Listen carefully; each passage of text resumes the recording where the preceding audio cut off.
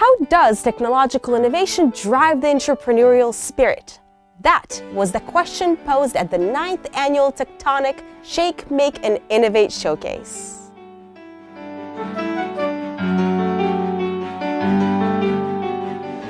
This is Tectonic. It's really designed as it started off as a forum for us to sort of just spread the word of what technology was available at Western and who was using it and what we were doing. That was about 9 years ago. Since then, it's grown to be a little bit more than that. And I think what we really try to do now is we try to bring in people from the community, Western alums and people here at Western, to come in and talk about issues surrounding technology, and they could come here and talk about their startups, they can talk about their Kickstarter, they can talk about apps that they use, productivity, their theories behind stuff, internet security, all sorts of things. My name is Kyle Rader. I'm a graduate of the computer science program here at Western and a current master's student. And I'm here to represent and talk about CodeLily, Bellingham's first code school. My name is Paul Widener. I work at the Student Technology Center here in the library. And so one day my dad handed me his old film camera, and that's when I got really excited and interested in figuring out how this worked. Just I was figuring out how other pieces of technology and gadgets all work. My name is Mary Keene, and I'm from the Foundry. The Foundry is Bellingham's first makerspace, a space for rapid prototyping and creating of all kinds. My name is Madison Miner. I graduated from Western in 2002.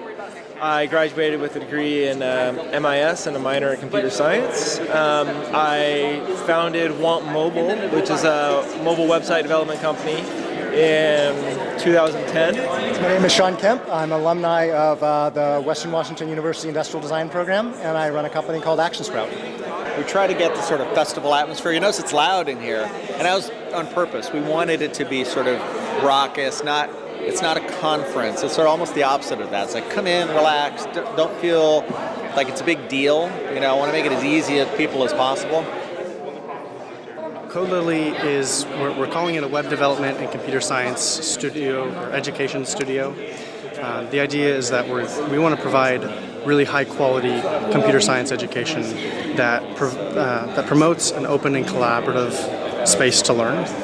Our goal is to provide a sequence of courses that can take someone from knowing absolutely nothing about computers or how to program computers and take you to an employable state where you could get a job as a web developer or as a computer scientist at a company. We get a lot of people together talking about stuff. Really, in the long run, I'd love to see Tectonic be someplace where people with different points of view and different approaches to technology come together. We do this kind of thing, but also they leave a little bit behind. A couple little times to get it smoother.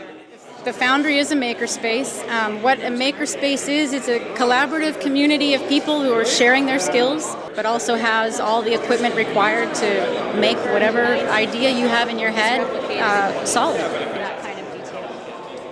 I think a lot of people are really, really hesitant to even repair their own objects, and things have come to a point where it's not as hard as you think anymore.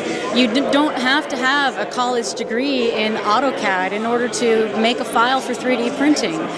In fact, you don't even have to spend any money on the modeling software at all. There's many, many programs and things that are out there that are free, that are open source, that have a really great community online support. Tutorials. The learning curve has really been shortened. So all of those barriers of making things, of inventing, all of those barriers are down now. Everything's very accessible. 60% of all Google searches are done on smartphones. Some of our clients have up to 80% of their traffic coming from smartphones, and most of the websites are built for large screens, and it's difficult to use them on a smartphone because you have to pinch and zoom, and it's just not optimized. It's tough to click with and interact. So Want Mobile has a platform, a unique patent-pending technology that allows us to quickly take a website that was designed for a large desktop screen and make it really easy to use, load fast, and work awesome on a smartphone. I've always been fascinated by technology. And after I graduated from Western, I went down to Seattle, started my own design company,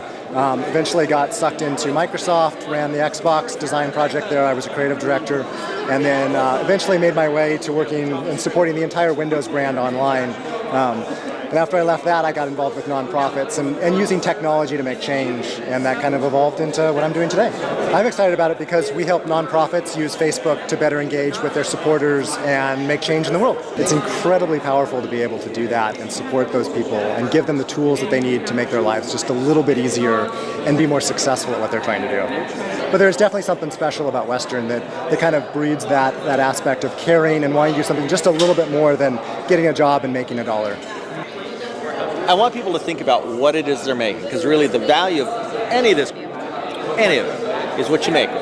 Think of like what your WordPress is for. I'm writing a book, I'm writing an article, I'm publishing my photos. Those are the kinds of things these tools are for.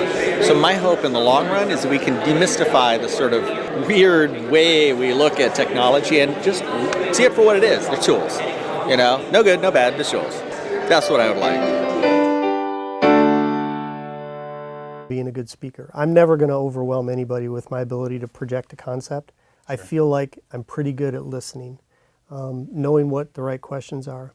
And I think the final thing I'd add is that, and it's a quote I read just recently, that becoming is more important than being. That thought that you're constantly working on self-improvement. So every interaction that I have, from a work perspective or even in my